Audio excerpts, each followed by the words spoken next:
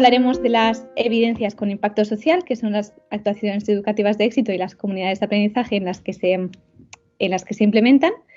Esto también lo iré explicando, pero ¿por qué lo del impacto social, ¿no? Son evidencias con impacto social, es muy importante porque no solo queremos las evidencias, ¿no? Que es lo que dice la comunidad científica internacional, sino que queremos evidencias de qué es lo que está mejorando, ¿no? Y por eso son las actuaciones educativas de éxito, pues son las que se han encontrado en todo el mundo hasta ahora, que son las que generan mejores resultados en todos los niveles.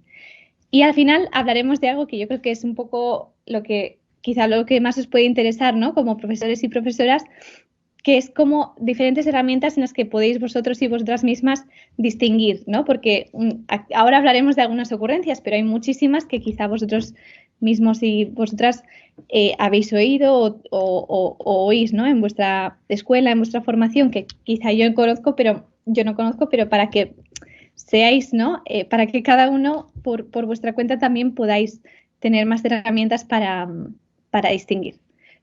Por lo tanto, Claudia, cuando puedas, si pasas la pantalla. Bien, se ha hecho mucha crítica a la escuela tradicional, ¿no? Que pues se dice que moldea al alumnado para que piensen de una forma cuadriculada, que no deja lugar, espacio para que se desarrolle la creatividad, ¿no? Que es como una fábrica, etcétera.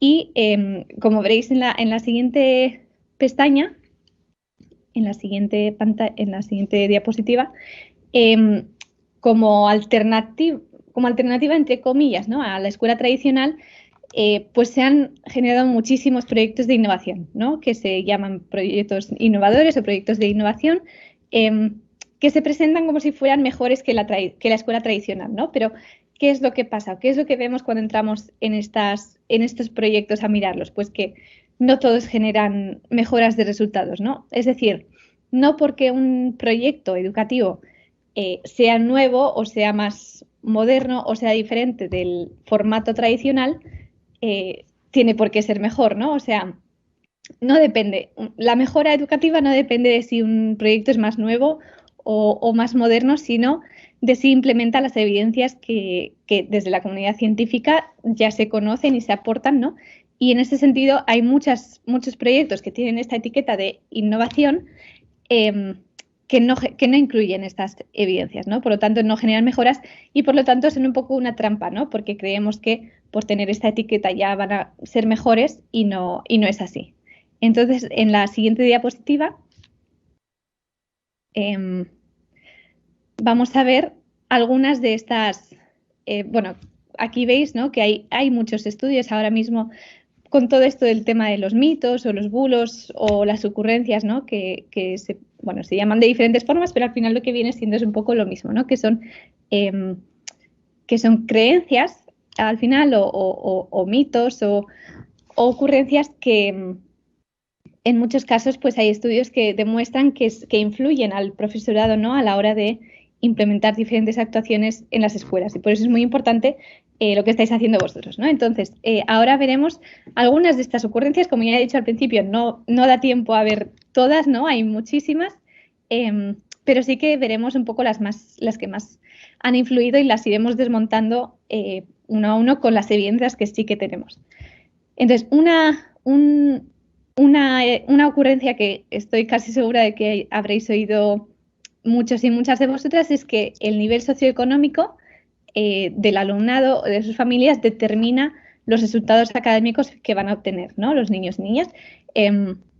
Cosas como que los resultados dependen del nivel académico de los padres o de la madre o de cuántos libros hay en casa, ¿no? Seguro que habéis oído cosas así. Luego podemos hablar también más en detalle de algunos de estos mitos, pero bueno, esta idea, ¿no? De que si en casa el nivel socioeconómico y el nivel cultural y el nivel académico es bajo, pues los niños no van a tener buenos resultados, ¿no? Y eso es falso.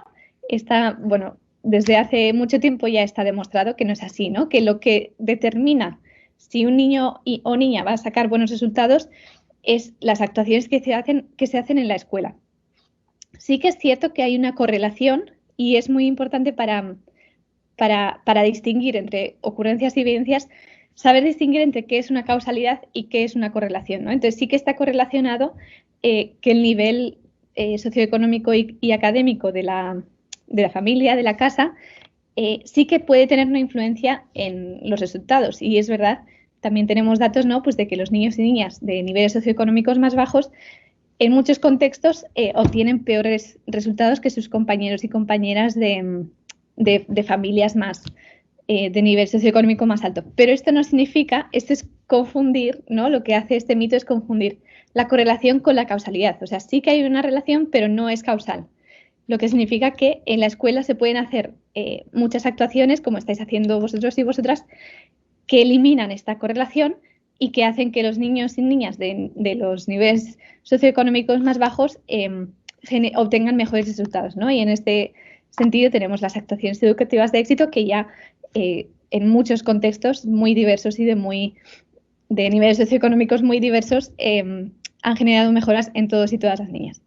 En las siguientes diapositivas veréis algunos estudios sobre esto, ¿no? Que ya han desmontado todo lo que os voy a explicar hoy lo saco de artículos científicos, o sea que hay ya mucha literatura científica que ha desmontado estos mitos. En la siguiente diapositiva veremos otro mito, otra ocurrencia que se refiere a la agrupación del alumnado, ¿no? Y en este sentido, sobre todo, hay dos creencias o dos ocurrencias que también están desmontadas porque no están científicamente validadas. Una es la segregación del alumnado, ¿no?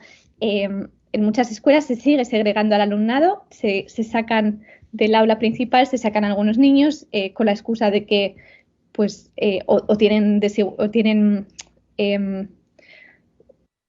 no me sale la palabra, necesidades educativas especiales o tienen un nivel, ¿no?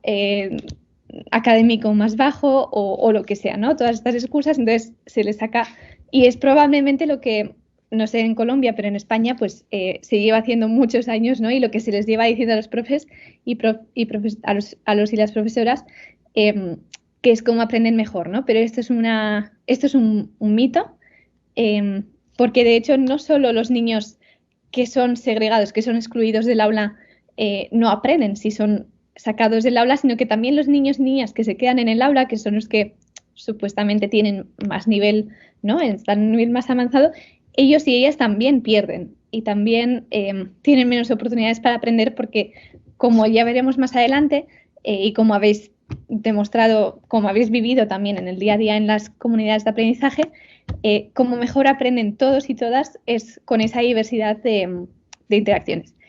Pero claro, ¿qué pasa? Que otro mito que se ha relacionado, ¿no? Con este tema de la agrupación es que cualquier tipo de inclusión o de inclusión cuando hablamos de todos los niños en el aula, ¿no? Cualquier tipo ya genera mejores resultados. Y eso tampoco es así. Es decir, hay diferentes tipos de agrupación, diferentes formas en las que podemos distribuir a los niños y niñas en el propio aula que pueden generar mejores o peores resultados. Entonces, no sirve simplemente mezclar, ¿no? Como se decía, la mixture en inglés a los niños, sino que tenemos que ver cuáles son los tipos de agrupación que generan mejores resultados. Y los grupos interactivos son uno de estos ejemplos porque lo que hacen es agrupan a los niños para fomentar la diversidad, ¿no? Entonces, cuanto mayor diversidad haya en cuanto a género, en cuanto a bagaje cultural, en cuanto a nivel académico, en cuanto a nivel socioeconómico, etcétera, mayor será el aprendizaje de los niños y las niñas en estos grupos. Entonces, cuando puedas pasar la diapositiva. Y aquí, de nuevo, ¿no? Muchas evidencias por un lado, sobre aquellas agrupaciones que no generan mejoras, no solo que no generan mejoras, sino que tienen consecuencias muy graves como fomentar la desigualdad y el racismo. Y, en cambio, también hay muchas evidencias de cuáles son aquellas agrupaciones que sí que generan estas mejoras. Siguiente. Bien, otra otra ocurrencia es que cualquier tipo de formación que se hace al profesorado mejora los resultados de los niños, niñas, del alumnado de ese profesorado, ¿no? Y esto es, bueno, esto tiene matices, porque no es cierto que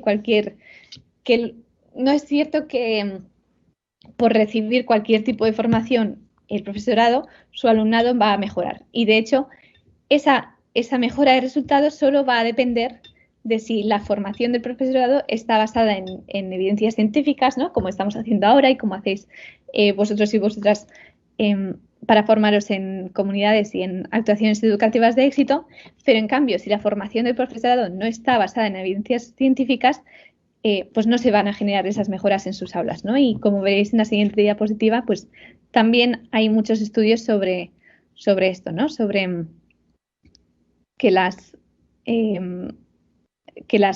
siguiente cuando puedas, que las mejores mejoras académicas se generan cuando esta formación está basada en evidencias científicas de impacto social. Entonces, cuando puedas pasar la diapositiva.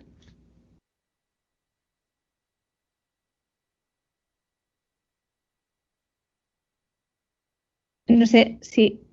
Ah, perfecto. Vale. ¿No? Como veis, pues eso.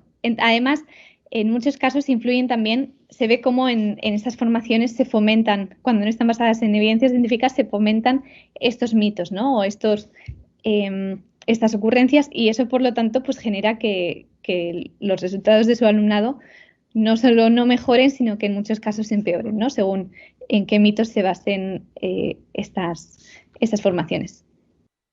Perfecto. ¿Y una más? Vale. Y ahora me detendré un poco más en esto, ¿no? En aprendizaje significativo, que creo que es lo que más nos puede interesar hoy, o de la ocurrencia que más nos interesa hablar, ¿no? Hoy. Y esto, muchas cosas que diré ya las habréis leído en el artículo y tendréis también más tiempo para debatirlas en la tertulia que tendréis más adelante, pero bueno, yo os explicaré un poco pues el contexto de esta ocurrencia, ¿no? Y sobre todo cómo está ya muy científicamente desmontada, ¿no? Y demostrado que no genera, que esta teoría, bueno, o pseudoteoría, ¿no? Lo podemos llamar, que no genera ningún resultado de mejora. Entonces, si pasamos a la siguiente diapositiva.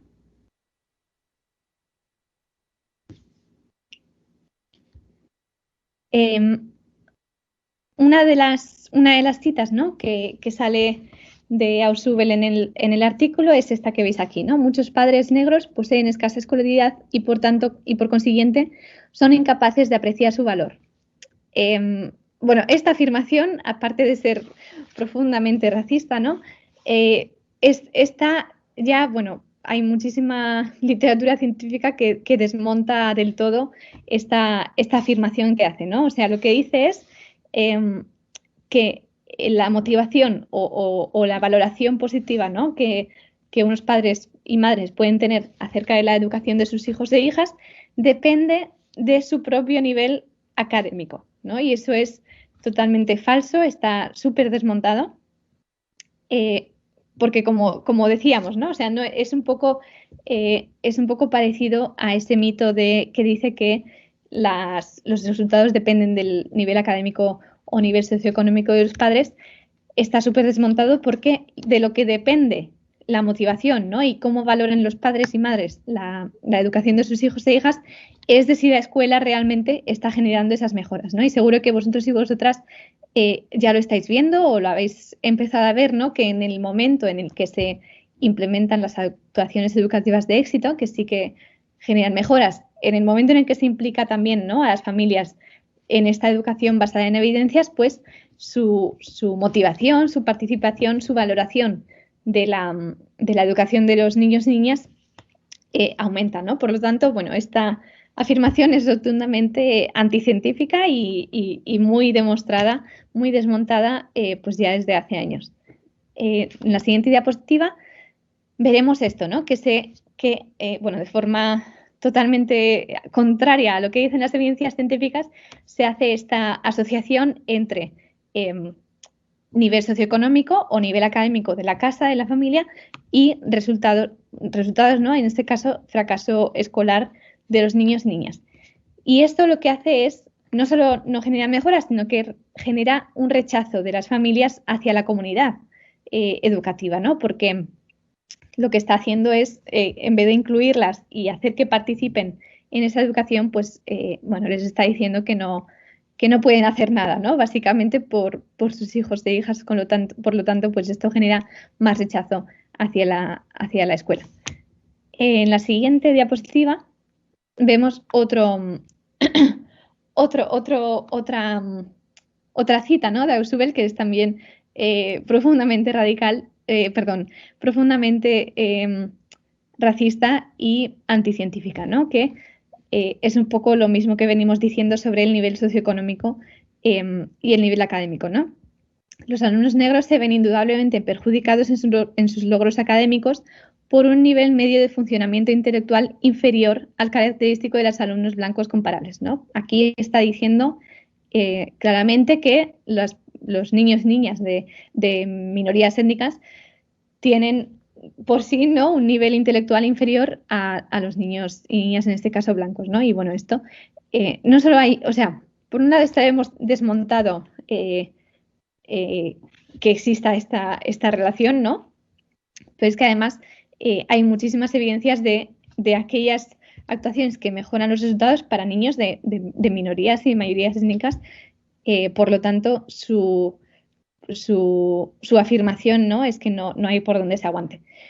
Entonces, nos paramos un poco aquí en esta diapositiva para hablar un poco del contexto del que nace esta teoría, ¿no? Y creo que es importante entender de dónde nace, porque cuando hablamos de este tipo de pseudoteorías, y aquí estamos hablando de Ausubel, pero son más, también está Althusser, Bourdieu, ¿no?, otras teorías, pseudoteorías, y digo pseudo porque ya se ha demostrado que no están, que no generan resultados, ¿no?, y que están desmontadas científicamente.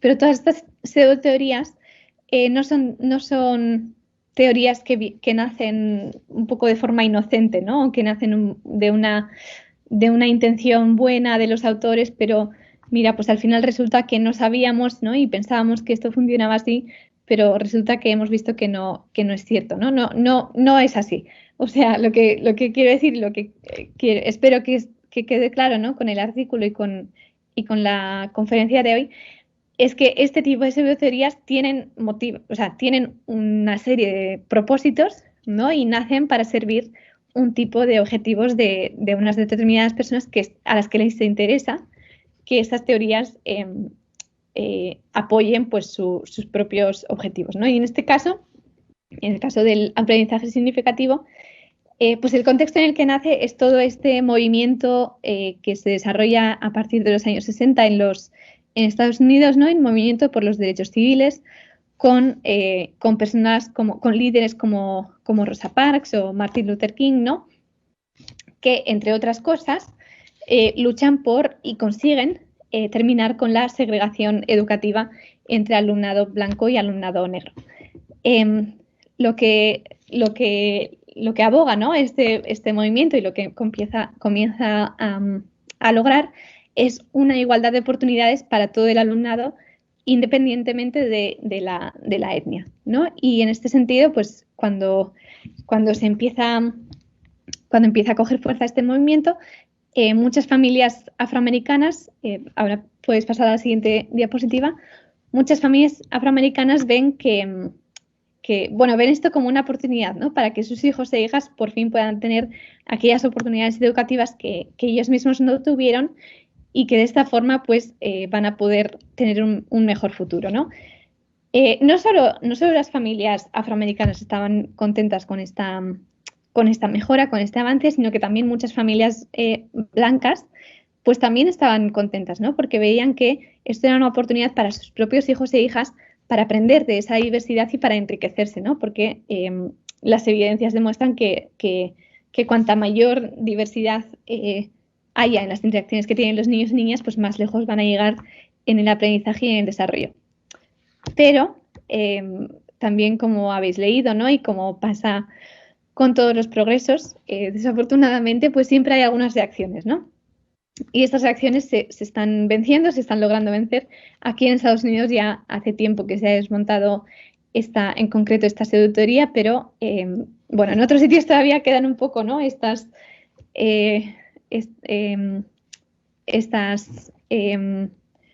reacciones, pero bueno, poco a poco vamos avanzando. Entonces, ¿qué pasa? Que hay algunas familias blancas que no quieren que sus hijos e hijas estén en la misma escuela que alumnado negro. ¿Qué pasa? Que entonces, bueno, pues hacen toda una estrategia, ¿no? Para que no se dediquen o para que todos los recursos que se están dedicando a esta inclusión no se destinen a esto, ¿no? Y claro, lo que no pueden lograr ahora es, en ese momento ya no pueden detener la inclusión en el sentido de segregar las escuelas, ¿no? Es decir, no pueden hacer, ya se acaba esa segregación de escuelas en la que hay escuelas para niños y niñas blancas y escuelas para niños y niñas negras, eso no lo pueden ya echar para atrás, pero lo que sí que pueden hacer y lo que logran hacer, ¿no? Y hoy en día todavía sigue teniendo una influencia esta reacción es, vale, pues no puedo hacer que mi hijo o hija blanco esté en una escuela donde no haya negros, pero sí que puedo hacer, o voy a intentar conseguir, que en su clase, en su aula, no haya alumnos negros. Entonces, esta teoría en concreto, ¿no? Y otras teorías reproduccionistas sirven perfectamente para justificar esta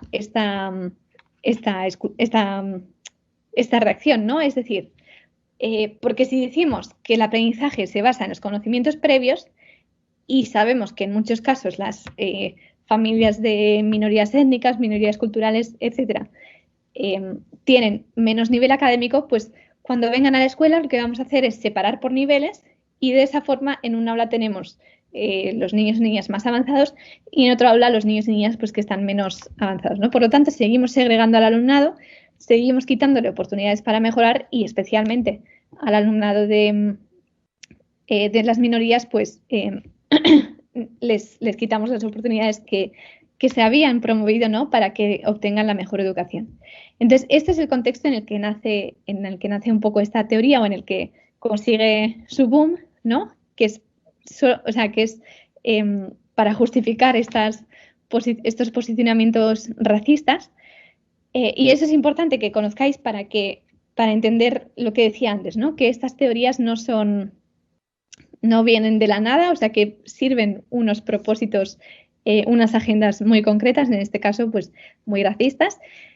Y también ahora hablaré un poco del contexto español, en concreto en la legislación educativa de la década de los 90, para entender, ¿no? Porque quizá podéis pensar, bueno, estamos en Colombia, no entiendo por qué nos interesa la legislación española, ¿no?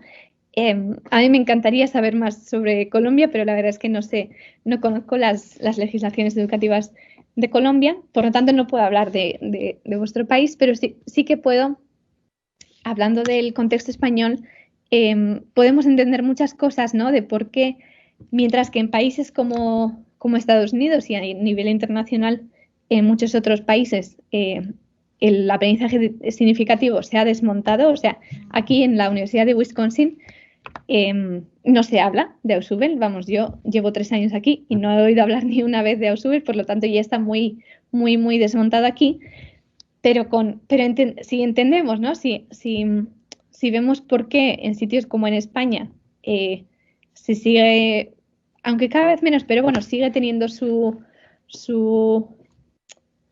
poder, pues entenderemos un poco más por qué quizá en Colombia también, ¿no? Y en otros países latinoamericanos se sigue vendiendo el aprendizaje significativo como si fuera esencial, ¿no? Entonces, eso, aterriza un poco en el contexto español, pero no estoy diciendo que sea que ocurra lo mismo en Colombia, pero bueno, sí que creo que es interesante poder entender por qué en algunos países pues sigue teniendo tanta predominación. Si puedes volver a la diapositiva anterior un segundo.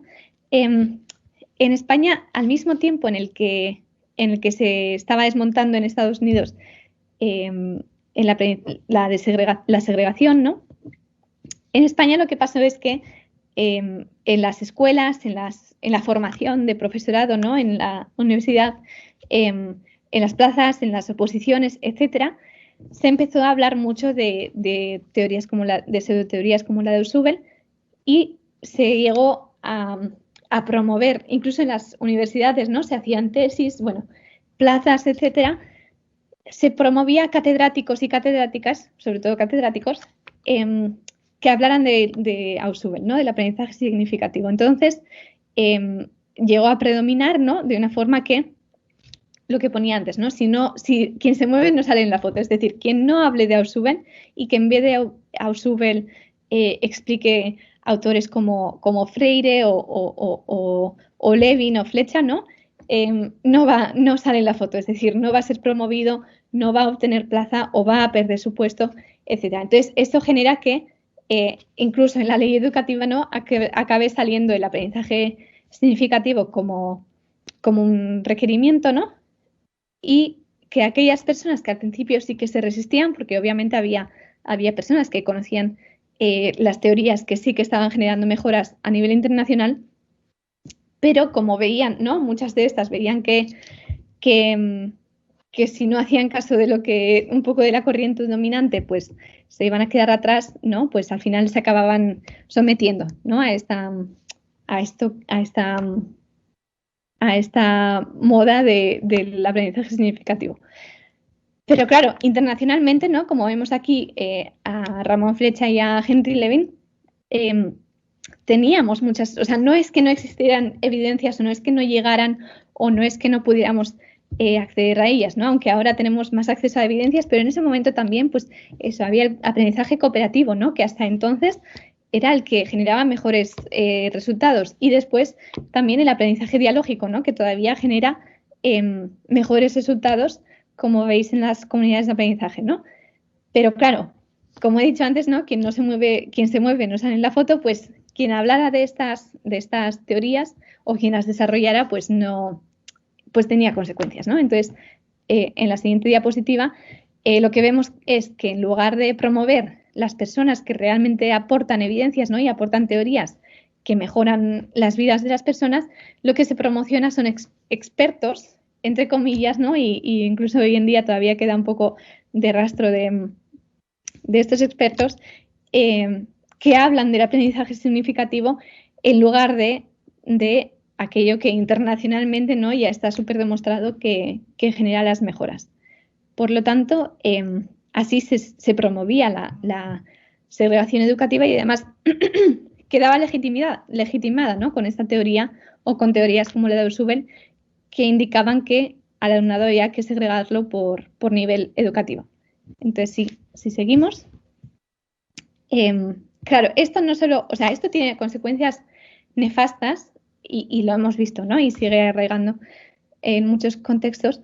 Tiene consecuencias nefastas para el aprendizaje de los niños, niñas, de todos y todas, ¿no? De aquellos que tienen mayor nivel, pero también los que son, o sea, para los que son sacados del aula, pero también los que se quedan en el aula, ¿no? Porque pierden esa oportunidad de esa diversidad de interacciones, pero además es que genera desigualdades y genera, por tanto, racismo, ¿no? Entonces, no hay cohesión social cuando se hace esta segregación y, por lo tanto, pues quienes pierden son sobre todo los niños y niñas, ¿no? Entonces, en la siguiente diapositiva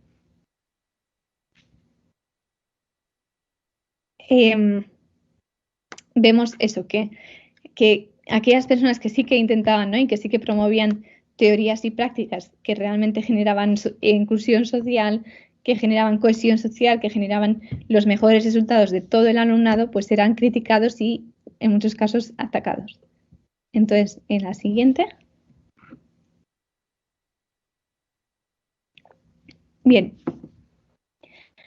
Hemos visto un poco este contexto, ¿no? Y espero que, yo creo que es eso, que espero que os quede claro que esas teorías no son gratuitas o no son inocentes, ¿no? Sino que realmente tienen tienen una agenda o tienen un propósito y, como hemos visto en el caso de Ausubel, pues es un propósito racista. Pero es que tenemos muchísimas evidencias, ¿no? Perdona, si puedes pasar a la anterior evidencia, es que desde hace muchos años, muchas décadas, tenemos evidencias de cómo se aprende, ¿no? De cómo, como por ejemplo vemos aquí en el libro, ¿no? Cómo aprende la gente. O sea, no es que las teorías como la de Ausubel cubran un vacío, ¿no? De, bueno, es que no sabemos cómo enseñar a los niños y niñas y necesitamos teorías que nos ayuden a explicarlo. No, es que ya hay estas teorías, ¿no? Y están Vygotsky con la zona de desarrollo próximo, como os he dicho, Ramón Flecha, ¿no? Con el aprendizaje dialógico en el que se basan las actuaciones educativas de éxito. Muchos y muchas autoras que llevan años explicando y demostrando cómo se aprende, ¿no? Y cómo se puede generar mejoras. Entonces, en la siguiente diapositiva, volvemos un segundo a Ausubel. Bien, porque aquí está un poco la clave, ¿no? de su teoría, que es que si tuviese que reducir toda la psicología educativa a un solo principio, enunciaría este. De todos los factores que influyen en el aprendizaje, el más importante consiste en lo que el alumnado ya sabe.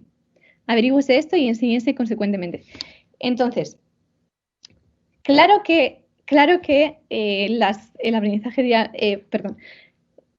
aprendizaje previo importa, ¿no? Y influye en la educación, pero esto no significa, o sea, lo que dice él es totalmente incorrecto y anticientífico, ¿no? Porque no es lo más importante ni lo que más influye en cómo un niño o niña va a aprender o cómo se va a desarrollar, ¿no? Lo más importante y lo más influyente y lo que nos vienen diciendo todas estas teorías que sí que han demostrado mejoras lo más influyente son las interacciones. Incluso ese aprendizaje previo, ¿no? O esos niveles previos que tienen los niños y niñas también dependen de las interacciones, ¿no? Entonces, es totalmente incorrecto lo que dice él, ¿no? O sea, no, para que unos niños mejoren no tenemos que saber qué es lo que saben de antes. Lo que tenemos que saber es, vale, cómo podemos maximizar las oportunidades dentro del aula y fuera del aula, ¿no? Para que este niño y esta niña tengan las mejores interacciones, las interacciones más ricas, más diversas, de mayor calidad y puedan llegar al, como dice Vygotsky aquí, ¿no? Al desarrollo próximo, al que todavía no han llegado, pero que con esas interacciones, con ese andamiaje, con esas herramientas, pues llegarán, ¿no? Y que es en efecto lo que dice aquí, ¿no? El aprendizaje que se orienta hacia niveles mentales de desarrollo ya alcanzados es ineficaz desde el punto de vista del desarrollo general del niño. Es que no tiene ningún sentido que orientemos la educación hacia lo que ya saben los niños y niñas, ¿no? Lo que tenemos que hacer es ofrecerles estas interacciones que les van a hacer a ellos llegar a unos niveles que por sí mismos o que ellos solos quizá no pueden llegar, pero que cuando se les ayuda, ¿no? Y cuando se les ofrecen estas interacciones, pues así es como van a llegar a alcanzar ese desarrollo y ese aprendizaje. Y en la siguiente diapositiva. Bueno, entonces, siguiendo, ¿no? Con otros autores internacionales, por ejemplo, Pablo Freire también desmonta a Ausubel, ¿no? Porque un poco lo que nos viene diciendo Ausubel es que adaptemos la escuela o que adaptemos el contexto educativo al niño o a la niña, ¿no? Y es al revés, lo que tenemos que hacer es transformar, porque no somos seres de adaptación, sino que somos seres de transformación, tenemos que transformar la escuela, y no solo la escuela, yo hablo mucho de la escuela, es cierto, pero cuando hablo de la escuela me refiero también en abierto, ¿no? A la comunidad educativa, porque es importante todo lo que pasa también fuera del aula. Pero lo que dice Freire, ¿no? y el aprendizaje dialógico es que tenemos que transformar la escuela y el contexto educativo para ofrecer la máxima calidad y las máximas oportunidades para que los niños y niñas mejoren y desarrollen su aprendizaje. En la siguiente diapositiva. Bien. Se habla mucho de los objetivos de desarrollo sostenible, ¿no? Que son aquellos objetivos que las sociedades hemos marcado como aquellos objetivos a los que queremos llegar, ¿no? en un futuro y por los que ahora mismo estamos trabajando. Entonces, siguiendo un poco desmontando, ¿no? el aprendizaje significativo, claro, no se trata solo de meter a los niños en las escuelas o de hacer que todos tengan acceso a la educación, ¿no? Sino que el objetivo cuarto, que es una educación de calidad, tiene que garantizar la mejor educación, la educación más inclusiva y de mayor calidad a todos y todas. Pero es que además no solo necesitamos promover el mismo acceso para todos y todas, sino que todos y todas tengan las mismas oportunidades para tener éxito educativo, éxito escolar y éxito en el futuro, ¿no? Por lo tanto, pues por eso, en ese sentido, la escuela es imprescindible en este papel, no solo de promover este acceso a la información y al conocimiento, sino de hacer que los niños y niñas aprendan de la mejor forma posible para que estén preparados para desarrollarse cognitivamente y socialmente en la sociedad, ¿no? Y en la siguiente diapositiva. Bien, entonces ahora, bueno, hemos visto un poco las ocurrencias, ¿no? Y ahora pasamos a las evidencias. Y las evidencias, como veis aquí, son iré hablando, ¿no? Las actuaciones educativas de éxito que vienen del proyecto Included, del programa marco de la Comisión Europea que dirigió Ramón Flecha. Y bueno, desde entonces se han hecho muchísimas investigaciones sobre cómo se generan estas mejoras de resultados, ¿no? Entonces, bueno, aquí, como veis, quizá no, bueno, aún tenemos un poco de tiempo, sí que hablaré un poco de las comunidades de aprendizaje, pero esto que os digo quizá ya lo sabéis, ¿no? Porque lo habéis ido experimentando en vuestro día a día, ¿no? Las altas expectativas son esenciales. Y esto es un poco lo contrario de Absuben, ¿no? Porque precisamente Absuben lo que nos viene diciendo es que tenemos que adaptarnos al niño o a la niña, pero lo que vemos es que cuando tenemos altas expectativas y cuando ofrecemos esa educación dirigida a que todos y todas las niñas mejoren, pues se genera esta mejora, ¿no?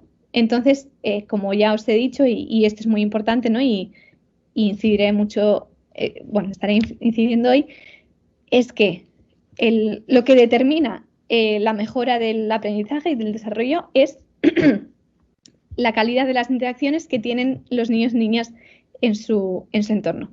Y esto lo que es muy importante es que cuanta más diversa sea estas interacciones, pues mayor será el aprendizaje, ¿no? Entonces, en la siguiente diapositiva, como os decía, ¿no? No solo, aunque sí que hablo mucho de escuela, no solo tenemos que centrarnos en escuela, sino que por eso se llama el proyecto, ¿no? Comunidades de aprendizaje, porque es una escuela que se abre a toda la comunidad. No podemos separar lo que pasa en la escuela, ¿no? En las cuatro paredes, de lo que pasa en el barrio, de lo que pasa en la casa. Y por lo tanto tenemos que unir puentes, ¿no? Tenemos que crear puentes para que estén conectados las escuelas y las familias. Por lo tanto, pues como veis, en las comunidades de aprendizaje las familias entran en el aula, no solo participan en las actividades académicas, ¿no? Lo cual es esencial para los niños y niñas. En esto no me centraré tanto, pero podemos hablar, si queréis, en el debate, sino que también las familias participan en la toma de decisiones, ¿no? Y bueno, aquí no me detendré, si pues pasar en la siguiente. Porque creo que lo que más interesa es aprender cómo distinguir, ¿no? Vosotros mismos y vosotras mismas cómo distinguir entre evidencias y ocurrencias. Por lo tanto, en la siguiente diapositiva. Bien, las actuaciones educativas de éxito, ¿no? ¿Cuáles son? Pues aquí veis los 4 criterios. Ahora mismo las actuaciones educativas de éxito probablemente conozcáis todas, la mayoría, ¿no? Que son pues tertulias literarias dialógicas, grupos interactivos, formación de profesorado dialógica, el modelo dialógico de resolución y de resolución de conflictos. ¿Qué más? Formación de familiares, ¿no? Etcétera. Pero lo que es muy importante son estos, perdona, si puedes ir atrás un segundo, estos 4 criterios, ¿no? Que son los que determinan qué es una actuación educativa de éxito y qué es una buena práctica o una mejor práctica, ¿no? Son diferentes y por eso estos 4 criterios son claves, ¿no? Lo primero es que una actuación educativa de éxito, para que sea determinada o para que sea identificada como tal, tiene que generar mejoras en la práctica, ¿no? En los resultados, pues en los resultados académicos, en los exámenes, en las competencias, pero también en las relaciones entre el alumnado, ¿no? En el aula, en la convivencia, etc. El segundo criterio es que estas mejoras sean transferibles a otros contextos. Es decir, que dé lo mismo, ¿no? Que se generen los mismos resultados tanto en una escuela de nivel socioeconómico bajo como en una escuela de élite en UK, ¿no? En Inglaterra o en España o en Colombia o donde sea, ¿no? Con diferentes bagajes culturales, etc. El tercer punto es muy importante, ¿no? Y de esto hablaremos también un poco más adelante, es que los dos puntos anteriores se demuestren en investigaciones científicas que se orientan de manera comunicativa, es decir, que las investigaciones que se hacen para recoger los datos, ¿no? Para recoger estas evidencias, se hayan hecho en diálogo con las personas de las comunidades. Y el cuarto punto, también muy importante y del que hablaremos, es que estos tres puntos se avalen en publicaciones de la comunidad científica internacional. Y al final hablaremos un poco de cuáles son estas publicaciones. Por lo tanto, en el siguiente punto, en la siguiente diapositiva, vemos que dos puntos imprescindibles que tienen que tener, ¿no? Estas evidencias son, como os decía, el impacto social. Es decir, no solo estamos buscando lo que dice la comunidad científica, sino que estamos buscando lo que dice la comunidad científica que mejora los resultados, ¿no? Es decir, que genera este impacto social en aquellas comunidades y en aquellos contextos en los que se implementan. Y la co-creación, ¿no? Y esto es el Monitoring the Impact of EU Framework Programs, es un report que dirigió, ¿no? Que Ramón Flecha fue elegido para ser el director del grupo de expertos que determinaba los indicadores de todos los proyectos financiados por la Comisión Europea que tienen que cumplir para generar impacto social. Entonces, la co-creación es clave. Y esto es lo mismo que, no sé si quizá a vosotros os suena más por metodología comunicativa, ¿no? Que es este diálogo, es esta forma de generar conocimiento y de generar evidencias en diálogo, en comunicación con las propias comunidades, ¿no? Y con los propios participantes de la investigación. Por lo tanto, en la siguiente diapositiva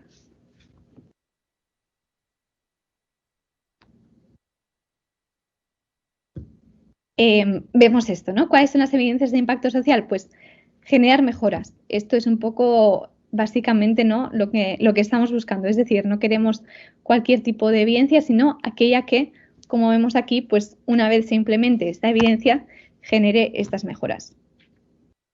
Y en la siguiente diapositiva.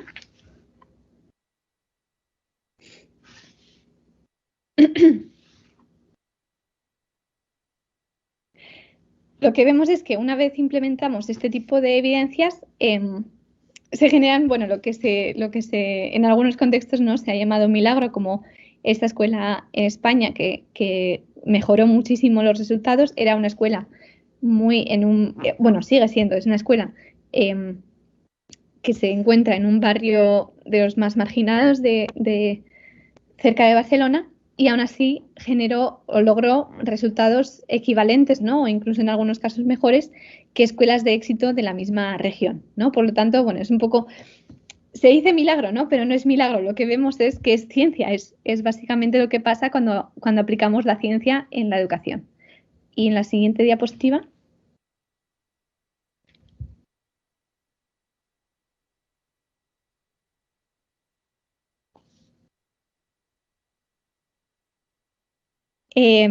Eso, pues vemos que las evidencias nos dicen que la educación se tiene que orientar hacia promover, hacia ofrecer a los niños y niñas las mejores interacciones, ¿no? Las interacciones de máxima calidad, más diversas en todos los sentidos, en lugar de adaptarse las interacciones o las actuaciones a los conocimientos que ya tienen los niños y niñas. Por lo tanto, en la siguiente diapositiva.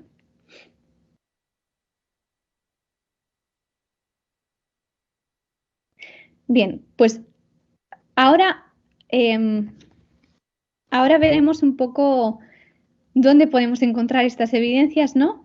Y también lo que es muy importante, cómo podemos saber cuando nos llegue algún proyecto educativo, alguna propuesta o lo que sea, cómo podemos saber nosotros y nosotras mismas si esto es una evidencia o si no, ¿no? Entonces, yo os lanzo, hay muchas formas, pero yo os lanzo un par hoy para que podáis explorar vosotros mismos y vosotras mismas.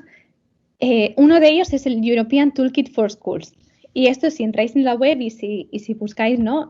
Tal cual, European Toolkit for Schools, aquí veréis, esto es como como si fuera una maleta, ¿no? O una caja de herramientas en las que la Comisión Europea, en un grupo de expertos en los que se encuentra, entre otros, la profesora Teresa Sordé, que es también del CREA, pues lo que han hecho es recoger un poco, ¿no? Después de investigar, después de recoger las evidencias de las escuelas de la Comisión Europea, han recogido aquellas actuaciones que han visto que generan mejores resultados, ¿no? Entonces, en la siguiente página veréis que, entre otras, están las actuaciones educativas de éxito que ya comentábamos, ¿no? Y que vosotros y vosotras mismas implementáis en vuestras escuelas.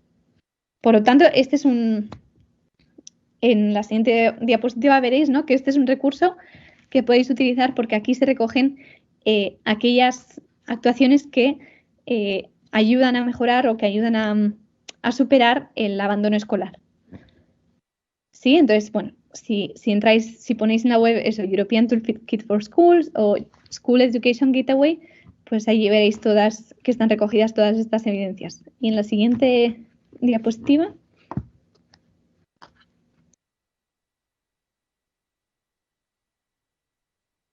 Bien, pues aquí veis eso, las actuaciones educativas de éxito y pasamos un poco más adelante.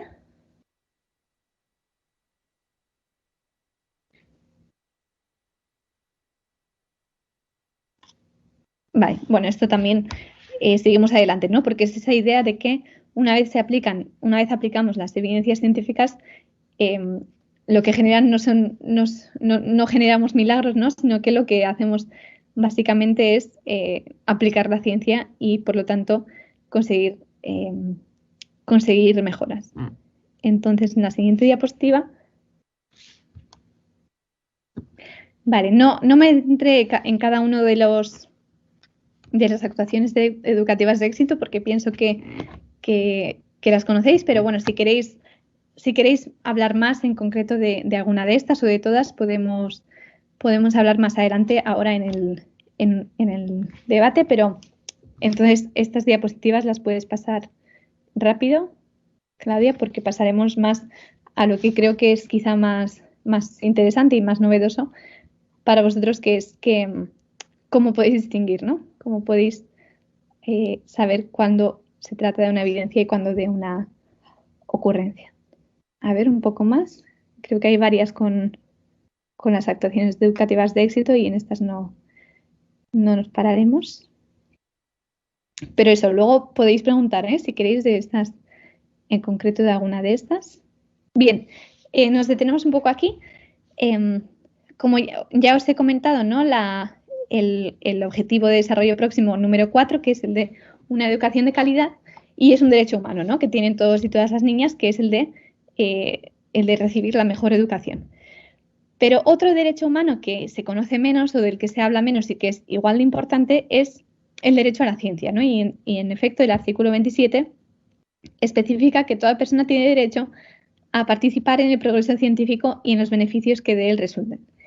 Y con este objetivo de promover, ¿no? O de fomentar este derecho para todas las personas, nació el proyecto All Interact, que dirige actualmente el profesor Ramón Flecha, que fue seleccionado por la Comisión Europea como uno de los proyectos, ¿no? que ha financiado y que está financiando actualmente. Entonces, nos detenemos aquí un momento porque esta es una de las herramientas que... No, sí, podemos quedarnos aquí un poco. Esta es una herramienta que yo creo que os puede ayudar mucho para saber, por ejemplo, si tenéis alguna charla, ¿no? Si tenéis alguna formación o si os envían algún artículo o lo que sea, ¿no? Cualquier cosa relacionada con la educación, para que vosotros y vosotras mismas podéis ir a Internet y ver si aquello que os está diciendo esta persona está realmente basado en evidencias científicas o no. Entonces, aquí os pongo el ejemplo de Ramón Flecha, ¿no?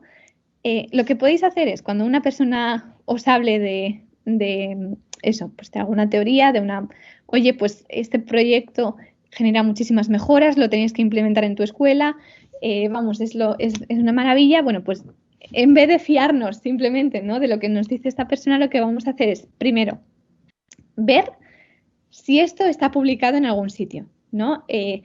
Preguntarle, bueno, ¿hay algún artículo científico de esto que me estás diciendo? Vale, pues si no lo hay, pues lo siento, no podemos implementarlo, ¿no? No porque que no esté publicado no significa que eso no genere ninguna mejora, ¿no? Puede ser que sí, pero claro, si no está publicado no se puede evaluar y por lo tanto si no se puede evaluar no sabemos de forma rigurosa y de forma de calidad si eso realmente está generando mejoras o no. Entonces, si lo que nos dice esta persona sí que está publicado perdona, si puedes volver un segundo atrás, si lo que nos dice esta persona sí está publicado en revistas científicas, lo que tenemos que hacer es ver qué tipo de revista es, ¿no? En qué tipo de revista se ha publicado. Entonces, si puedes volver un segundo a la diapositiva anterior. Bien, entonces, ¿cómo sabemos qué revistas? Porque hay revistas científicas que están avaladas por la comunidad científica internacional y hay revistas que no. Entonces, lo importante es saber cómo distinguir aquellas revistas que sí que están avaladas por la comunidad científica internacional. Entonces, ¿cómo lo sabemos? Pues bueno, tenemos aquí veréis un cuadrado, ¿no?, que pone SJR, Simago Journal and Country Rank. Entonces, si vais a Internet y ponéis Simago, con así SCIMAGO, veréis una página web que es uno de los rankings. Hay varios rankings, ¿no?, de revistas científicas, pero este es uno de los rankings que lo que hace es, cada año evalúa todas las revistas científicas, ¿no?, que existen en el mundo, y entonces, en base a diferentes métricas, a diferentes cálculos como las citas que tiene cada artículo o las visitas que tiene cada artículo, el impacto, ¿no?, que tiene cada artículo a nivel de cuántas veces, por ejemplo, se ha compartido en Twitter, etcétera, ¿no? Después de analizar una serie de métricas, pues se determina si esta revista entra en este ranking o no. Entonces, que las revistas que encontráis estén en este ranking no significa que no es una garantía 100% de que todo lo que esté publicado en esta revista va a estar científicamente evaluado, ¿no? Porque después, pues bueno, vemos que a veces hay errores también. Lo bueno de que estén en estas revistas es que toda la comunidad científica está mirando estas revistas. Entonces, en el momento en el que se publica algo que no es científico, pues la gente lo ve rápidamente y se rectifica, ¿no? Que es un poco lo que pasó con la pandemia en The Lancet, que es la primera revista a nivel mundial. En cuanto a medicina, pues se publicaron algunos artículos sobre el COVID que rápidamente, ¿no?, la gente, cuando los empezó a mirar, vieron que no eran ciertos y que contenían errores. Entonces se retractó, ¿no? Y eso es un poco lo más positivo que tiene la comunidad científica internacional, ¿no?, que es que todo es muy transparente y en un momento se pueden ver los errores de estos artículos. Pero el hecho de que una revista, ¿no?, si os dicen, no, pues yo he publicado mis resultados en esta revista, cuando entréis en esta página web, en Simago, si la revista aparece en el ranking, por lo menos sí que tenéis un mínimo de garantía, ¿no?, de que, bueno, pues esto sí que ya al menos ha pasado por una serie de evaluaciones que sí que nos pueden ayudar a ver, ¿no?, o apuntar a que sí que es una evidencia.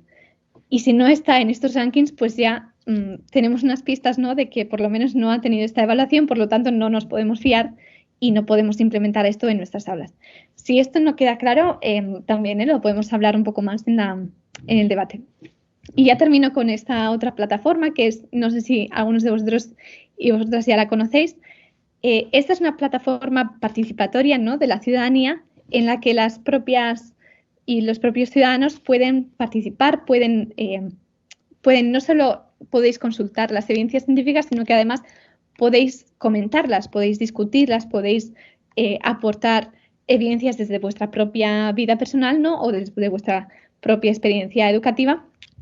Y así vamos generando diálogos, ¿no? en torno a evidencias. Entonces, si entráis en la web, ¿no? Quizá luego os pondré el link para que podáis entrar.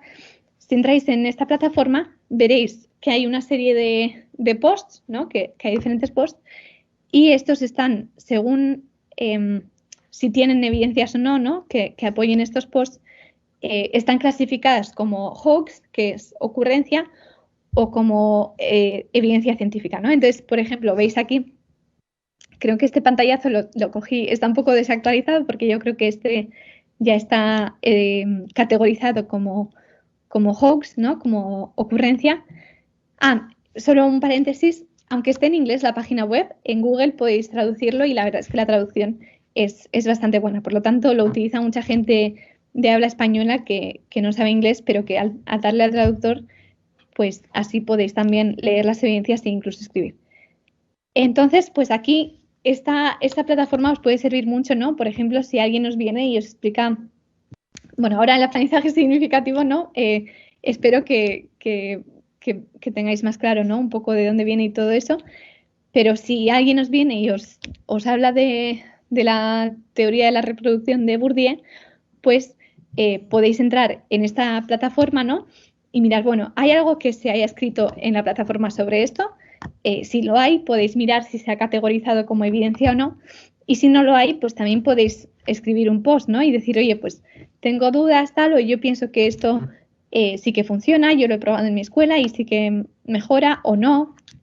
O generar, bueno, este debate, ¿no? En torno a evidencias científicas. Entonces, acabo simplemente remarcando esto, la necesidad de que en nuestras escuelas, si queremos garantizar el derecho a la educación de todos y todas las niñas, no podemos aplicar cualquier cosa que nos venden, no podemos hacer experimentos, ¿no? Sino que tenemos que aplicar aquello que la comunidad científica internacional ya nos ha demostrado que funciona, ¿no? Y así es la única forma en la que podremos mejorar los resultados, y por suerte ya tenemos muchas evidencias, ¿no? Por lo tanto, solo hace falta que, bueno, como estáis haciendo vosotros, ¿no? Pues implementarlas y implementarlas de la mejor forma, ¿no?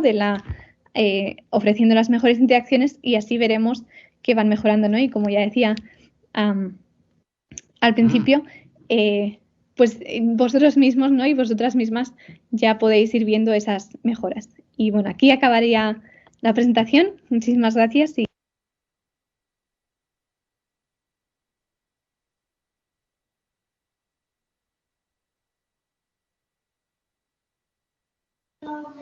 Gracias, muchas gracias por este espacio. Entonces nos llegó el momento como de tener un espacio de preguntas.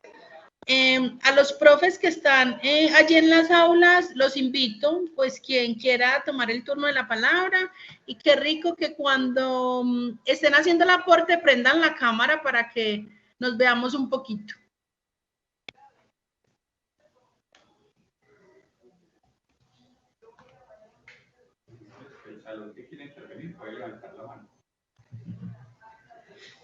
Bueno.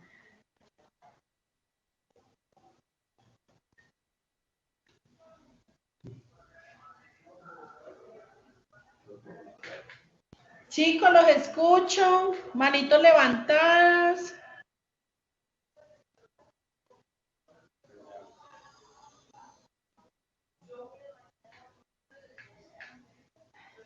¿Qué es este silencio? Pregúntame entonces cuál sería el proceso para...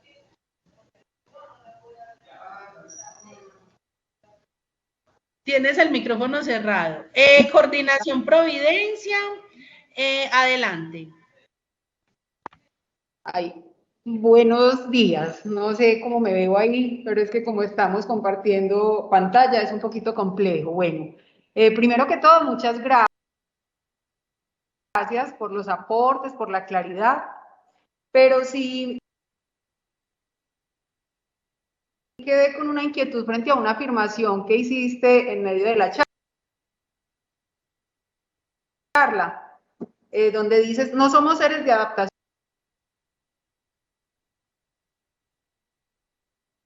sino de transformación. Ese no tan categórico, a mí personalmente,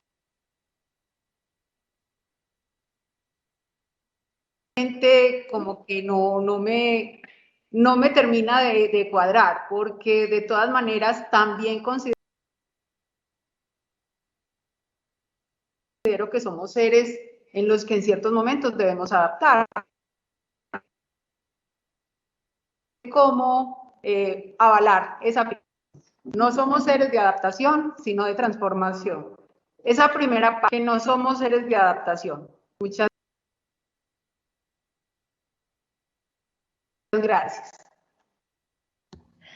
Hola, se ha cortado un poco, no sé si he sido yo o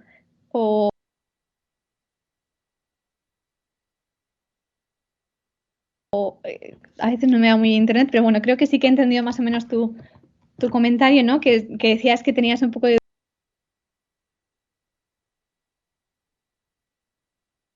dudas de esta parte de no somos seres de adaptación, ¿no?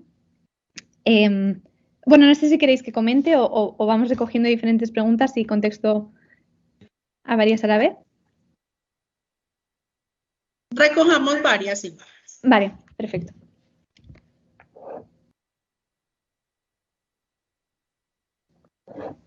Tenemos una persona que se identifica como JJ. ¿Nos puede contar quién es? Tiene la manito levantada.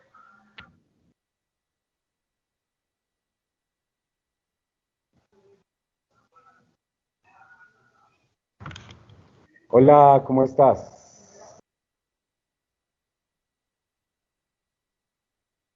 Hola, adelante. Estamos acá en el salón de 202, 3. Bueno, 3. Espérame, prendemos la cámara.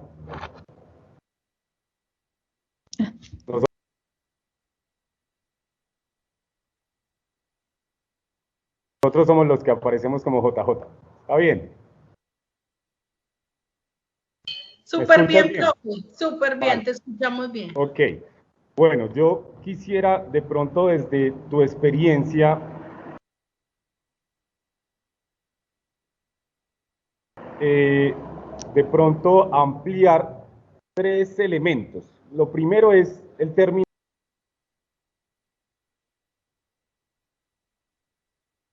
de innovación. ¿Qué tiene que ver la innovación en este proceso, cierto? En este proceso de comunidades.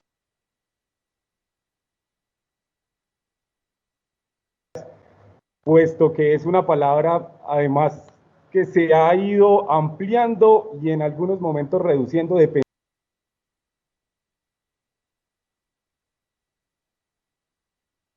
dependiendo cómo se esté trabajando. El segundo, que es algo muy importante dentro del proyecto, que es la palabra comunidades, ¿cierto? O sea, ¿a qué hace referencia realmente comunidades? Para poder llevarlo a una comunidad de aprendizaje, ¿cierto? Creo que es necesario clarificar ese concepto. Y la otra parte es en términos al trabajo con los chicos de necesidades educativas especiales. Porque nos hablabas en términos de que no hay que segregar, ¿cierto? Pero pues igual, a través de la legislación que nosotros tenemos, sí hay que hacer un trabajo diferencial para estos chicos. Entonces, desde comunidades, ¿cómo se aborda esto? Está bien, muchas gracias.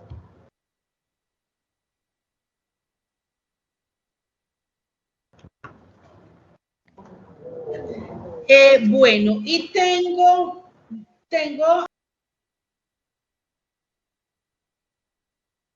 a Anderson que tenía la manito levantada. ¿Todavía quiere tomar el turno de la palabra?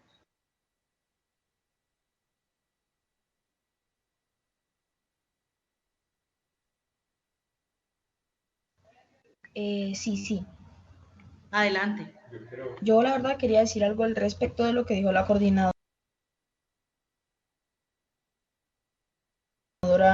a su momento sobre la charla. Lo que quería decir es que nosotros al transformarnos, perdón, se me dificulta un poco esa palabra, al transformarnos, nosotros nos adaptamos. Por eso, o sea, adaptarse es transformarse. Entonces, las dos tienen como un parecido,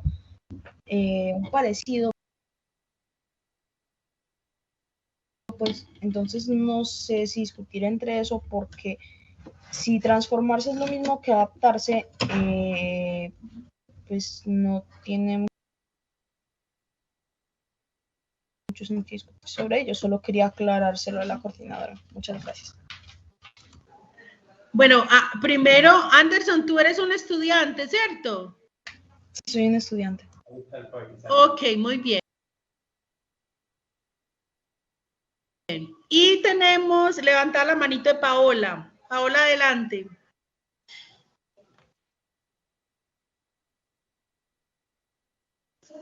Hola, sí, mi nombre es Milena. Estamos acá en la sala, pues sí, es más que todo, no una pregunta, sino pues un comentario, y es como nosotros desde el profesorado empezamos a aprender a desaprender y pues desmontar como todas esas teorías que incluso vienen desde la misma universidad, y digamos que pues las hemos venido trabajando desde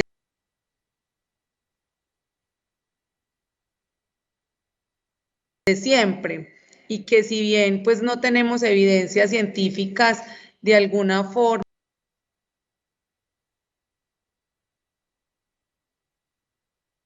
pues han funcionado en el transcurrir de los años con nuestros estudiantes.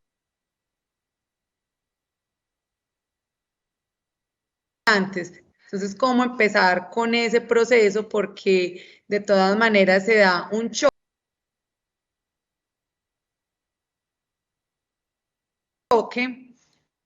cuando empezamos a leer sobre que ya no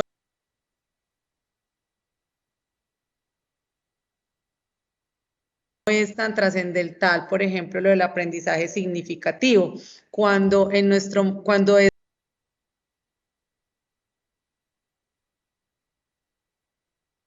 la base en este momento de nuestro modelo pedagógico. Entonces es más como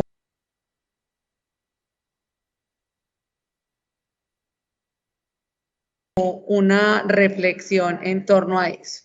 Y pues tengo también otra pregunta.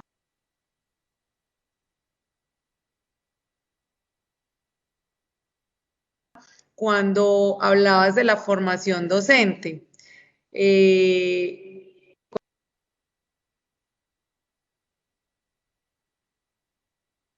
cuando decía que la formación docente pues no tenía un impacto en los estudiantes cuando no estaba basada en evidencia. Pero entonces acá la pregunta es, cuando nosotros hacemos una formación en términos formales, por ejemplo, de posgrado, estaríamos hablando de una formación basada en una evidencia científica. Muchas gracias. Mile, a ti muchísimas gracias. Bueno, le doy la palabra a Alejo. Adelante, Alejandro.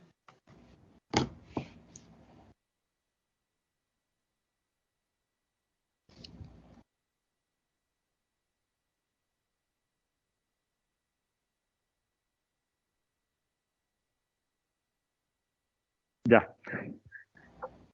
Gracias. Bueno, muchas gracias. Muy interesante la charla. La pregunta mía también va muy relacionada a lo que manifestaba ahorita Milena, ¿cierto? La educación industrial yo creo que está muy marcada y todavía sigue vigente en Colombia. Es una educación conductual donde apenas estamos empezando un proceso de transformación, ¿cierto? Sobre todo transformación docente. Yo creería que primero esa transformación tiene que partir por el docente que fue educado de forma conductista y a su vez él replica la forma en la cual fue educada, ¿cierto? Incluso en la universidad. Dentro de nuestro modelo pedagógico, nosotros tenemos un énfasis en investigación con los estudiantes. Y Ausbel y los aprendizajes significativos han marcado la ruta de la institución en el trabajo con los estudiantes desde hace muchos años. ¿Cierto? El aprendizaje dialógico apenas viene incursionando. Si bien hay evidencias científicas de los resultados del aprendizaje dialógico dentro del proceso de enseñanza-aprendizaje de los estudiantes, podemos observar en la literatura, desde el texto de Ausbel y segregación educativa, como también hay evidencias de por qué se creó el aprendizaje dialógico en los 60, ¿cierto? Para poder dentro de una misma aula atender varias clases sociales, ¿cierto? Entonces, ¿cómo formar o cómo incursionar en este tema a los maestros para que el aprendizaje dialógico sea el eje de la transformación sin desmitificar lo que se hacía también, porque los docentes se sienten, yo creo que de cierta forma, agredidos, tocados, cuando hablamos del aprendizaje significativo de Ausbel y todas las evidencias que hay, ¿cierto? Entonces, ellos creo que se sienten, bueno, lo estaba haciendo mal, o qué es lo que hay que hacer, o cómo lo tenemos que hacer, y siento que hay cierta reticencia al cambio. Entonces, ¿cómo lograr ese cambio transformador en los docentes para que eso a su vez se vea reflejado en el aula? Esa es, y con un énfasis que tenemos nosotros en investigación, donde investigación también había sido marcada por el aprendizaje significativo o aprendizajes para ellos también. Muchas gracias. Gracias. Bueno, gracias. Ahí tenemos como un grupito de preguntas, entonces no sé si como que quieres iniciar con ese grupito. Perfecto. Pues muchísimas gracias a todos y todas por las preguntas y los comentarios súper interesantes y muy necesarios. Y os agradezco que hagáis estas preguntas porque también yo así tengo que pensar más en cómo aclarar, ¿no?, algunas de estas ideas y vamos dialogando de esta forma. Algunas personas no os he visto cuando hacéis la pregunta, por lo tanto no sé muy bien a quién me refiero, pero por un lado, las preguntas que hacíais sobre la palabra, ¿no?, adaptación, evidentemente sí, los seres humanos nos adaptamos al contexto, ¿no? Y en cuanto a la pandemia, lo hemos visto, ¿no? Nos hemos visto forzados y forzadas a adaptarnos a, pues, no salir de casa, a interactuar a través de las tecnologías, etcétera.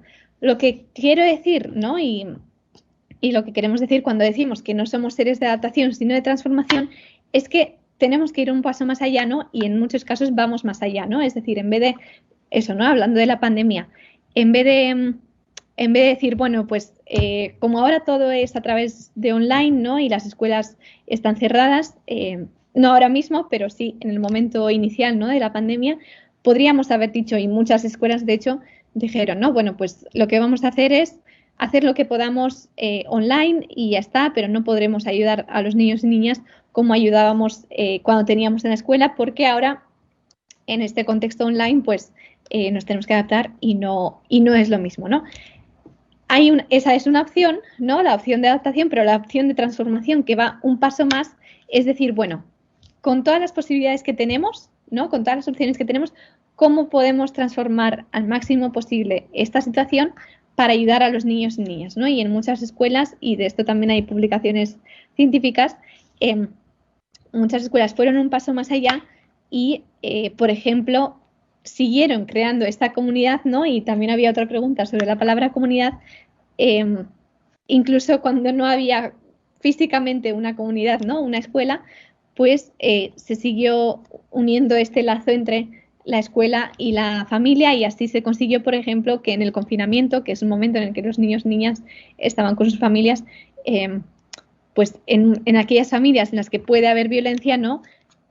Pues los niños y niñas estuvieran más protegidos y protegidas ante esta violencia. Entonces, no es tanto quizá una crítica a la adaptación, sino es decir que vamos un paso más allá, ¿no? Que no solo buscamos adaptarnos a la situación actual en la que estamos, sino que buscamos mejorar, ¿no? Y ese es un poco el objetivo que tenemos desde la comunidad científica internacional y vosotros y vosotras, ¿no? Desde la comunidad educativa. Por lo tanto, yo diría que es esta la diferencia. Obviamente se puede discutir, y podemos tener un debate de las terminologías, pero bueno, creo que lo más interesante, ¿no? Es ver esto, pues bueno, cómo podemos mejorar. Entonces, después había una pregunta sobre el tema de innovación, ¿no? Las innovaciones, claro, lo que pasa es que parece que cualquier cosa que tenga la etiqueta de innovación ya es una mejora, ¿no? O ya va a generar mejoras, y lo que vemos es que no. O sea, una innovación puede generar una mejora, ¿no? Por ejemplo, los grupos interactivos, cuando se comenzaron a aplicar, pues eran una innovación, ¿no? Porque innovación es hacer algo nuevo, ¿no? Pues en el momento en el que surgieron los grupos interactivos sí que eran una innovación, pero ¿generan mejora porque son más innovadores que la escuela tradicional? Pues no, generan mejoras porque son grupos heterogéneos que fomentan, que maximizan las interacciones que tienen el alumnado, ¿no? Por lo tanto, lo que creo que es importante tener claro de los proyectos de innovación es que no de por sí, ¿no? El hacer una innovación va a generar mejoras, ¿no? Sino que lo que determina que mejore o no los resultados es si se basa en esas evidencias que están publicadas desde hace muchos años, ¿no? Y cada vez más en revistas a las que podéis acceder. ¿Qué más?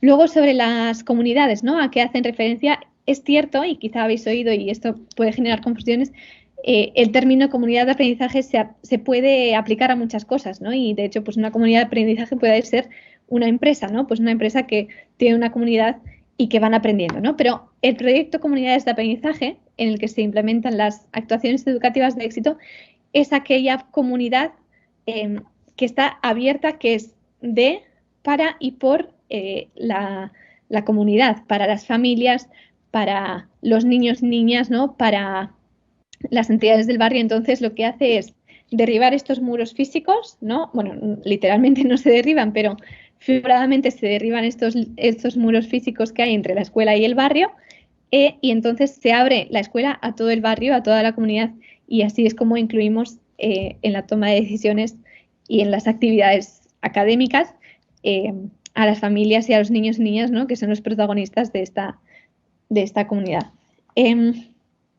Luego, sobre la pregunta, ¿no? Sobre las necesidades educativas especiales, claro, yo no conozco, vuelvo a decir que no conozco la legislación colombiana y no sé exactamente lo que determina, pero lo que sí que os puedo contar de la experiencia española es que, por un lado, hay comunidades de aprendizaje que dentro de la comunidad tienen niños con necesidad educativa especial, y lo que hacen es, porque en España también hay recursos destinados específicamente a niños con necesidades educativas especiales, ¿no? En escuelas mainstream, en escuelas generalizadas en las que hay todo tipo de alumnado, hay unos recursos, por ejemplo, hay profesorado especializado en alumnado con necesidades educativas especiales, y lo que pasa es que, a diferencia de las escuelas que no son comunidades de aprendizaje, ¿no? En las que muchas veces lo que se hace con estos profesores especializados es sacar a los niños y niñas con necesidades educativas especiales y hacerles una educación más pues focalizada a ellos, ¿no? Lo que se hace es, se mete a este profesor o profesora en el aula, por ejemplo, como voluntaria de grupos interactivos, y entonces sí que va ayudando más a estos alumnos, ¿no? Con necesidades especiales, pero no les saca. O sea, el niño y la niña siguen estando dentro del aula, ¿no? Ese es el modelo en comunidades de aprendizaje que son, que tienen todo tipo de alumnado. Pero también hay comunidades de aprendizaje en escuelas especiales, ¿no? No sé si en Colombia tenéis escuelas solo para niños y niñas con discapacidades. En España sí que las hay, y hay comunidades de aprendizaje que se han formado en estas escuelas, ¿no? Por lo tanto, pues todo el alumnado tiene necesidades especiales muy diversas, ¿no? Y entonces no se segregan tampoco a los alumnados por diferentes tipos de necesidades, sino que en el propio aula con todos los alumnos y alumnas se implementan igual las actuaciones educativas de éxito. ¿Qué más? Bueno, luego preguntas muy importantes, ¿no? Sobre la formación de profesorado. Y agradezco mucho a Alejandro la pregunta, ¿no? Y entiendo ese sentimiento que podéis tener muchos y muchas de, bueno, es que nos estás diciendo que todo lo que hemos aprendido y todo lo que nos dicen desde el Estado mismo, ¿no? Incluso desde la propia universidad, que se supone que es una entidad que tiene que basarse en evidencias científicas, pues nos estás diciendo que todo lo que nos han dicho hasta ahora no sirve, ¿no? Entonces, yo entiendo ese sentimiento, y en España también pasa, ¿no? Cuando los profesores y profesoras se forman en evidencias científicas y de repente se dan cuenta de que todo lo que les han enseñado, en gran parte, ¿no? Muchas de las cosas que les han enseñado, pues no están basadas en evidencias científicas. Yo lo que os animo a que no os desaniméis, ¿no? Y que veáis esto como una oportunidad de mejorar, ¿no? Y en muchos casos lo que hacen las comunidades de aprendizaje es, de hecho, devolver o crear, ¿no? Ese sentido que muchos profesores y profesoras tenían al inicio, ¿no? Al entrar en esta profesión, y que quizá muchos han ido perdiendo por ver que lo que hacen no genera resultados, no genera mejoras, pero ahora devuelve ese sentido, ¿no? Por lo tanto, os animo a que no os desaniméis, ¿no? O a que no... también hay que, bueno, es importante por eso, ¿no? Entender el contexto en el que se enmarca este tipo de pseudoteorías, ¿no? Os han engañado porque había intereses, ¿no? Había intereses por parte de las universidades, por parte del Estado. Entonces, creo que estamos en un momento dentro de este desánimo, ¿no? O de esta desilusión o de este desengaño que puede suponer el ver que todo lo que os han enseñado, que casi todo lo que os han enseñado es falso, que os puede desanimar, ¿no? Pero estamos en un momento realmente muy esperanzador, en el que, por suerte, cada vez sabemos más sobre qué es lo que mejora, ¿no? Y vosotros y vosotras estáis en un momento en el que estáis empezando a poner en práctica, ¿no? No solo a recibir y a formaros, sino a poner en práctica y a ver en la práctica, ¿no? Estas mejoras. Por lo tanto, yo os animo a que lo toméis como una oportunidad de recuperar este sentido, o de aumentar este sentido, ¿no? En la mejora educativa, y de trabajar de una forma orientada, ¿no? a esta mejora de los resultados. Y por último, sobre cómo aumentar la incidencia, ¿no? del aprendizaje dialógico en vuestra formación, pues es lo que estáis haciendo, ¿no? Recibir, leer artículos científicos. O sea, yo creo que lo más importante para vuestra formación ahora, como profesionales, es que todo lo que leáis, todo lo que debatáis, o todas las charlas que tengáis, podáis ser capaces de ver si está basado en evidencias científicas, ¿no? Y escoger aquellos artículos, aquellos libros que sí que están basados en evidencias científicas de impacto social, y que cuando alguien, sobre todo, ¿no? Yo creo que es muy importante cuando alguien os venda un proyecto de innovación o lo que sea, que tengáis esta visión crítica de, bueno, lo que me estás diciendo está realmente basado en evidencias o no, ¿no? Entonces, yo creo que entiendo que cuesta el desaprender todo esto que os han metido por todas partes, ¿no? Como es el aprendizaje significativo, pero creo que es muy positivo que estéis aquí y que vayáis y que os estéis formando, ¿no? En las evidencias científicas, y que salgáis de aquí teniendo al menos un poco más claro fiar de cualquier cosa que os venden, sino que tenéis que mirar realmente y cuestionar, ¿no? Si eso que os dicen está basado en evidencias científicas. Y las actuaciones educativas de éxito sí, o sea, están publicadas, ¿no? Habéis visto en las diferentes diapositivas y si queréis, bueno, en la web del CREA mismo, ¿no? Tenéis muchas de las publicaciones, podéis mirar los rankings en los que se publican estos artículos, ¿no? Que son revistas de impacto, revistas avaladas, y por lo tanto, pues es eso, es tener más, incorporar esta visión crítica de que no todo lo que nos digan los expertos, entre comillas, funciona, ¿no? Y no sé si he respondido, creo que sí, he intentado responder, eran muchas preguntas y muy, muy importantes, espero no haberme dejado nada importante, y si algo no me he explicado bien, pues estaré encantada de aclararlo. Bueno, gracias, muchas gracias. Tenemos una manito más, que es la rectora, doña Ángela, adelante. Muchísimas gracias, doctora Garazzi, y todos los participantes. Realmente me quedo muy admirada e impactada, porque realmente todos los días, a pesar de que hemos leído de comunidades, que queremos estar documentados, la intervención de personas tan especiales como ustedes nos documentan más. Y de hecho seguimos con ese amor por comunidades y obviamente pues con el tema que tenemos nosotros en nuestro proyecto educativo institucional desde nuestra misión, con la investigación, ese trabajo tan especial, y de hecho nuestra semana está encaminada a este proceso, hoy dedicado a los maestros en este tipo de aprendizaje. Pero doctora, yo ahí, y para todos, siempre, bueno, ya tenemos todos estos procesos, esta formación, este trabajo que estamos haciendo con nuestras comunidades. A mí siempre me ha impactado muchísimo, y siempre pienso que nuestros jóvenes todos los días traen códigos diferentes, todos los días, y los niños de preescolar pues con mayor razón.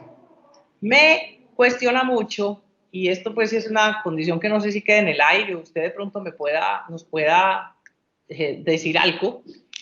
Y es que nuestros jóvenes de 11, bueno, pasaron por todos estos procesos, y me cuestiona mucho que de pronto en el mercado laboral y en la universidad, a pesar de que tengan toda esta motivación, ellos no vayan a encontrar ese reflejo en la continuidad de su proyecto de vida, porque realmente esas son las instituciones tenemos que trabajar no con ese presente y con ese personal allí cautivo, sino con los jóvenes, en este caso, por ejemplo, los de nosotros que ahora muy cerquita, ahora el 2 de diciembre se gradúan. Bueno, ¿qué pasará con ellos después de todos estos procesos? Me cuestiona mucho que en todos los países y en toda parte su condición, y ellos lo preguntan, su condición laboral, porque obviamente se están preparando para un mercado laboral, no los acoja en unos reconocimientos para unas universidades, para este trabajo como tal, que obviamente puede de acuerdo a los puntajes de cada uno y lo que cada una defienda, pero también se tiene el caso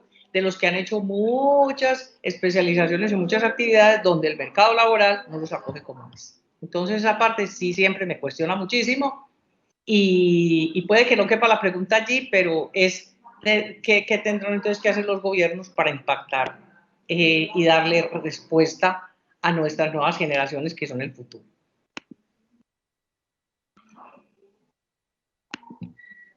¿Contesto ya? Sí, le agradezco. Sí, adelante. Perfecto, sí. Ángela, muchas gracias por la pregunta. Es muy importante, y en efecto, como dices, pues es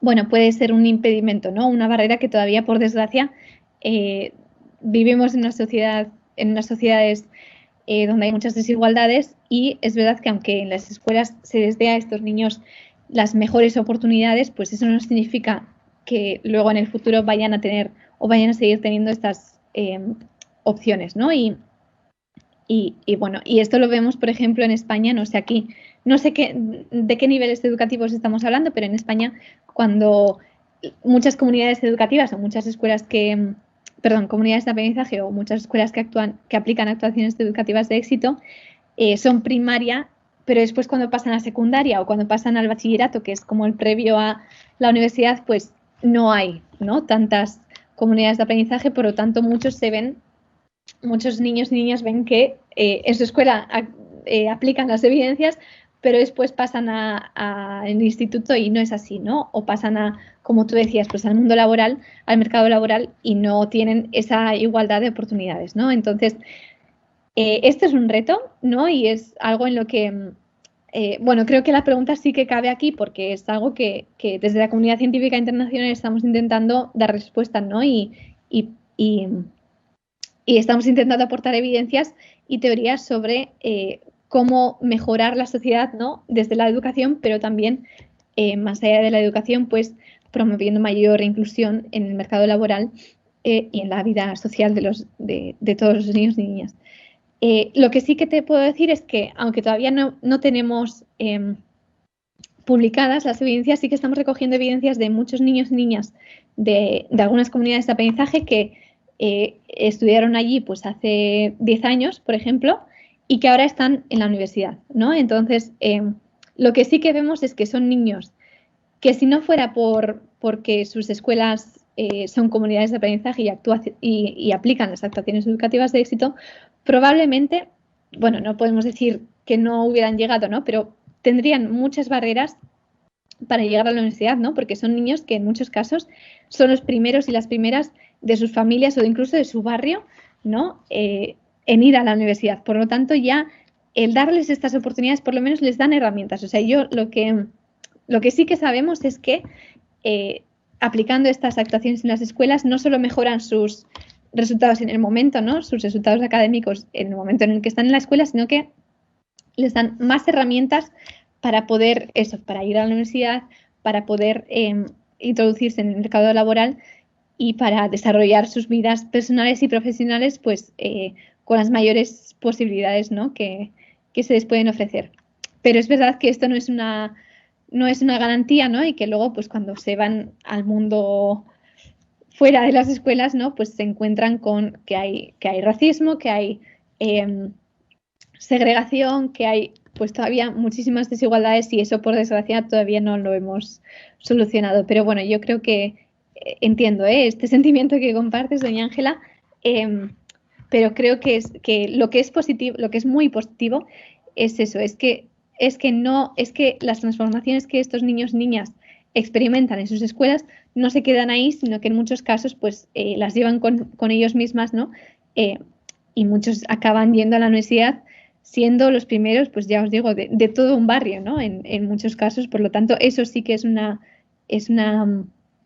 motivo para ser muy, muy optimistas, ¿no? Y es un motivo para también recuperar ese sentido en vuestra profesión, ¿no? En lo que estáis haciendo, que aunque sea todavía muy difícil y haya muchas barreras, pues sí que está ayudando a muchos niños y niñas a que sueñen con cosas como ir a la universidad que quizá sus padres ni tenían esa posibilidad, ¿no? Por lo tanto, creo que es importante que sigamos trabajando y desde la ciencia pues nos comprometemos, ¿no?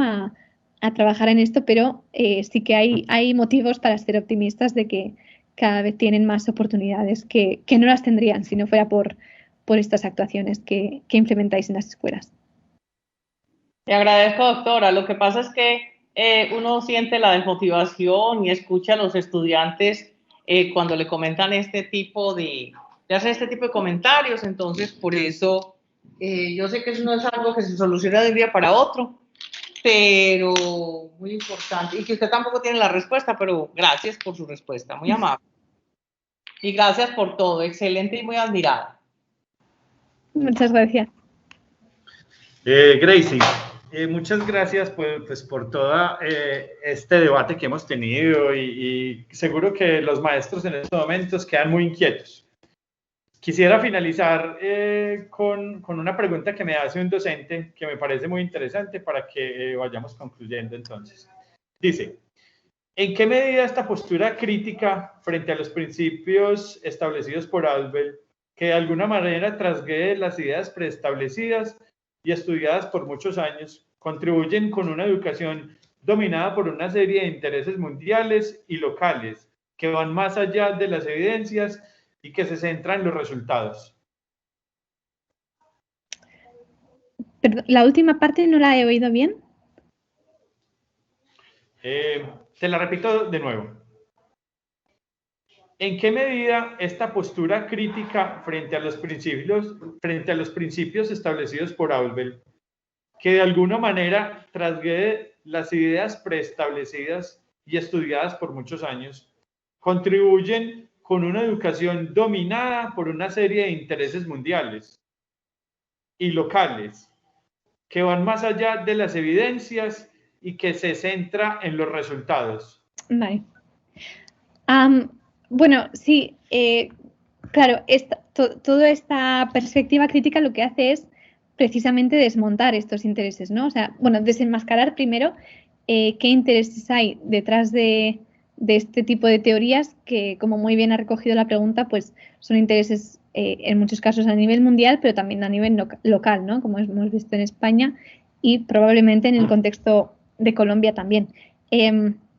Claro, todo esto desmonta que realmente es un puff estas teorías, o sea, no hay nada, no generan resultados. O sea, yo, si alguno de vosotros conocéis alguna escuela que haya mejorado sus resultados aplicando Ausubel, os animo a que investiguéis, ¿no? O que participéis con investigadores para recoger los resultados, porque no hay, o sea, actualmente no hay publicados, no hay recogidos ninguna evidencia de que los resultados se mejoren. Entonces, claro, todo esto, esta perspectiva crítica lo que hace es precisamente dejar en relieve que los resultados no se mejoran y que por lo tanto es una bomba de humo, ¿no? Estas teorías, que no hay ninguna evidencia, que no hay ningún resultado ni a nivel académico, ¿no? Pues de mates, de lenguas, de tal, ni a nivel emocional, ni a nivel de sentimientos que se mejore aplicando a Ausubel. Y por lo tanto, también pone en relieve que lo que tenemos que hacer es eso, aplicar las evidencias, que son las evidencias al final, son lo que genera, ¿no? Lo que nos hace ver que han generado los resultados. Muchas gracias por la pregunta, muy, muy interesante. Bueno, Gracie, entonces te damos las gracias. Esperamos seguir en contacto. Creo que estamos muy animados. Quedamos, si bien nos solucionaste muchas dudas, quedamos con muchas. Claro. Yo creo que bueno, es muy importante. Sí, espero también que sigamos teniendo este diálogo y, por supuesto, para cualquier cosa, con el CREA podéis contactar y seguimos este diálogo. Muchísimas gracias. Entonces, ya siendo las 9, damos finalizada la charla en el día de hoy. Esperamos entonces en una próxima ocasión volvernos a ver. Perfecto, muchas gracias.